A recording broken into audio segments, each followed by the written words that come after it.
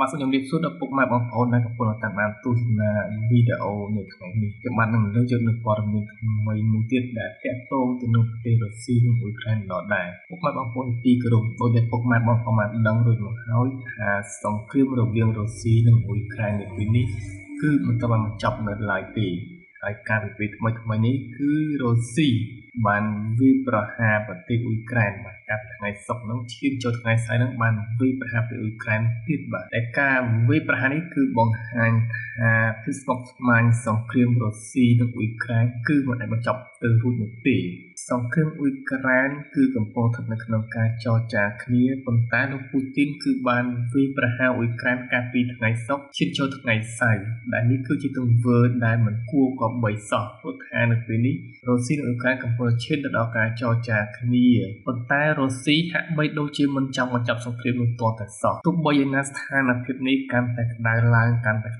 បណ្ដាលមកពីរុស្ស៊ីដែលបង្កសង្គ្រាមនេះមុនគេពុកម៉ែបងប្អូនជាទីគោរពកាលថ្ងៃទី15 ខែឧសភាឆ្នាំ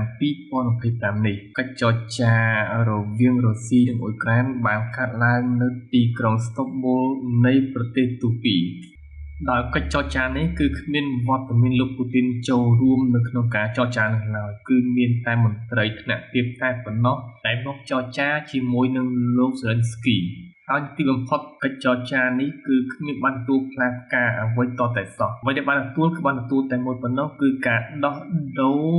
ចំណាប់ខ្មាំងគ្នាទៅវិញទៅមកហើយការដោះដូរហ្នឹងគឺមានចំនួនហត់ទៅដល់ 1000 នាក់បាទការដោះដូរចំណាប់ខ្មាំងគ្នារវាងរុស្ស៊ីហើយនិងអ៊ុយក្រែនប៉ុន្តែនៅពេលនេះគ្រាន់តែចរចាគ្នាមិនទាន់ទាំងបាត់ក្តៅគំជាផងរុស្ស៊ីក៏បានបង្កើនការវាយប្រហារទៅប្រទេសអ៊ុយក្រែនទៀតបាទហើយការវាយប្រហារនោះគឺវាយប្រហារថ្ងៃទី24 ខែឧសភាឆ្នាំ2025ដែលយើងមិនគួរជឿសោះព្រោះថាខណៈពេលនេះរុស្ស៊ីនិងអ៊ុយក្រែនគឺកំពុងតែដោះដូររវាងចំណាប់ខ្មាំងគ្នាទៅវិញទៅមកហើយរុស្ស៊ីក៏ឆ្លៀតឱកាសនៅក្នុងការវាយប្រហារអ៊ុយក្រែនបាទហើយវាយប្រហារនេះគឺជាការវាយប្រហារទ្រង់ទ្រាយធំតែម្ដងរុស្ស៊ីបានវាយប្រហារហ្នឹងគឺវាយប្រហារចូលទីក្រុងគីវតែម្ដងដោយក្នុងនោះរុស្ស៊ីបានប្រើមីស៊ីលបាទប្រភេទមីស៊ីលហ្នឹងគឺចំនួន14គ្រាប់ហើយក្នុងនោះការវាយប្រហារហ្នឹងគឺដ្រូនមានចំនួន250គ្រឿងនៅក្នុងការវាយប្រហារនៅក្នុងទីក្រុងគីវហ្នឹងប៉ុន្តែដោយក្នុងនោះខែលការពាររបស់អ៊ុយក្រែនបាទស្ទាក់ចាប់តនឹងបានចំនួន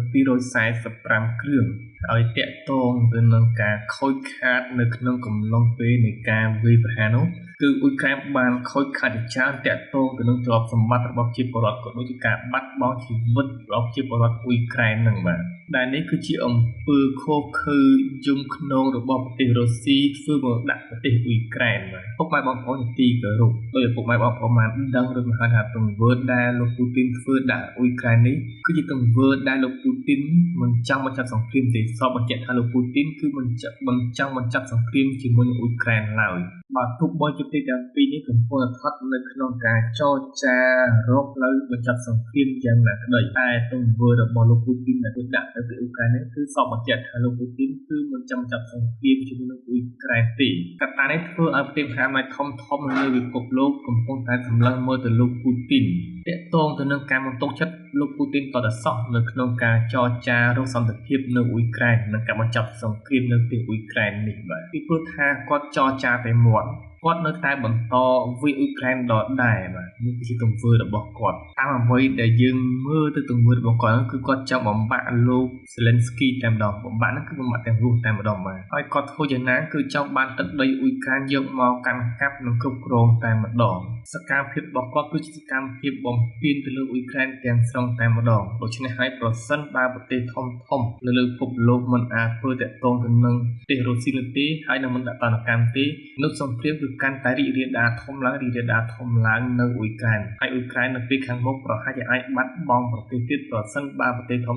លើពិភពលោកមិនអាចធ្វើដាក់ទណ្ឌកម្មទៅលើប្រទេសរុស្ស៊ីបាទពុកម៉ែបងប្អូនទីគោរពប្រសិនបើប្រទេសធំលើពិភពលោកជាមហាអំណាចដាក់ទណ្ឌកម្មយ៉ាងខ្លាំងទៅលើប្រទេសរុស្ស៊ីនោះរុស្ស៊ីនឹងអាចងាកមកចរចាវិញពីព្រោះថានៅពេលប្រទេសធំលើពិភពលោកដាក់ទណ្ឌកម្មទៅគឺរុស្ស៊ីគាត់អស់ផ្លូវដើរហើយគាត់អស់ទម្រង់នៃការលេងក្បាច់អីថ្ ទៀតហើយអញ្ចឹងធ្វើឲ្យគាត់ងាកមកចរចាវិញដើម្បីឲ្យបញ្ចប់សង្គ្រាមនៅប្រទេសអ៊ុយក្រែនប៉ុន្តែបើតាមសង្កេតមើលនាពេលបច្ចុប្បន្ននេះលោកពូទីនបើទោះបីជាប្រទេសមហាអំណាចធំកំពុងតែពុតដៃគ្នាដាក់ទណ្ឌកម្មយ៉ាងណាក៏ដោយក៏គាត់ហាក់បីដូចជាមិនខ្វល់ខ្វាយ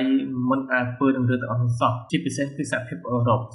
បានដាក់ទណ្ឌកម្មយ៉ាងខ្លាំងទៅលើប្រទេសរុស្ស៊ីប៉ុន្តែគាត់មិនអើពើមិនខ្វល់ខ្វាយមិនឈឺបានវិលមុខពីទាំងអស់ទៅលើការដាក់ទណ្ឌកម្មផ្សេងៗទាំងអស់ហ្នឹងបាទហើយមើលទៅលោកពូទីននៅពេលបច្ចុប្បន្ននេះគឺគាត់ហាក់បីដូចជាមហិច្ឆតាតែមួយគត់គឺចង់បានប្រទេសអ៊ុយក្រែនយកមកគ្រប់គ្រងតែម្ដងហើយនៅក្នុងនោះតាមមើលទៅទង្វើរបស់លោកពូទីនដែលធ្វើហ្នឹងគឺគាត់គិតថាបើមិនបានប្រទេសអ៊ុយក្រែនទាំងស្រុងយ៉ាងហោចណាស់ក៏បាន4ខេត្តដែលគាត់បានវាយប្រហារយកមកកាន់កាប់នឹងដែរទោះក៏ចង់បាន4ខេត្តហ្នឹងនេះគឺសូមបញ្ជាក់ថាលោកពូទីនគឺឈ្លានពានហើយជាអំពើទង្វើមួយដែលខុសច្បាប់ទាំងស្រុងតែម្ដងគឺលើការធ្វើសង្គ្រាមរបស់គាត់គឺឈ្លានពានទៅប្រទេសអ៊ុយក្រែនទាំងស្រុងតែម្ដងក្រោយពីការវាយប្រហារនៅប្រទេសអ៊ុយក្រែននោះលោកធីនទៅប្តីហ្សេឡិនស្គីក៏បានចេញសារឆ្លើយតបភ្លាមតាក់ទងទៅលោកពូទីនដែរព្រោះថាលោកពូទីនគឺគ្មានចេតនានៅក្នុងការចរចាបញ្ចប់សង្គ្រាមនៅអ៊ុយក្រែននោះទេបាទហើយអ្វីដែលគាត់លើកឡើងនេះគឺជាការពិតសម្រាប់គឺតាម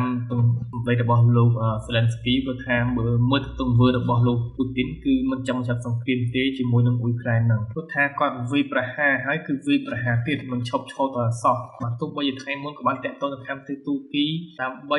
បើកកិច្ចប្រជុំតាក់ទងនឹងការបញ្ចប់សង្គ្រាមយ៉ាងណាក៏ដោយតាមមើលទៅការចរចាហ្នឹងគ្រាន់តែជាល្បែងនយោបាយរបស់លោកពូទីនតែប៉ុណ្ណោះដើម្បីបំផន់ផ្នែកទៅមតិអន្តរជាតិឲ្យដឹងថាគាត់មានអំណងក្នុងការចរចារកសន្តិភាពនិងបញ្ចប់សង្គ្រាមហ្នឹងតែគិតពិតគឺគាត់មិនបញ្ចប់សង្គ្រាមនោះទេអញ្ចឹងហើយផ្លូវទៅរកបញ្ចប់សង្គ្រាមនៅអ៊ុយក្រែននិងរុស្ស៊ីនេះគឺនៅវែងឆ្ងាយណាស់យើងមិនអាចដឹងថាថ្ងៃណាអាចចប់សង្គ្រាមនោះទេហើយពិភពលោកក៏មិនដឹងថាថ្ងៃណាមិនមានសន្តិភាពនោះដែរបាទអរគុណដល់ពុកម៉ែបងប្អូនដែលតាមដានទស្សនាវីដេអូនេះតាំងពីដើមរហូតដល់ចប់ហើយពុកម៉ែបងប្អូនថ្មីបែរមិនទាន់ Subscribe សូមជួយ Subscribe ម្នាក់មួយដើម្បីទទួលបានព័ត៌មានថ្មីៗនៅពេលដែលខ្ញុំបានបង្ហោះទៅអរគុណជួបគ្នានៅវីដេអូក្រោយទៀត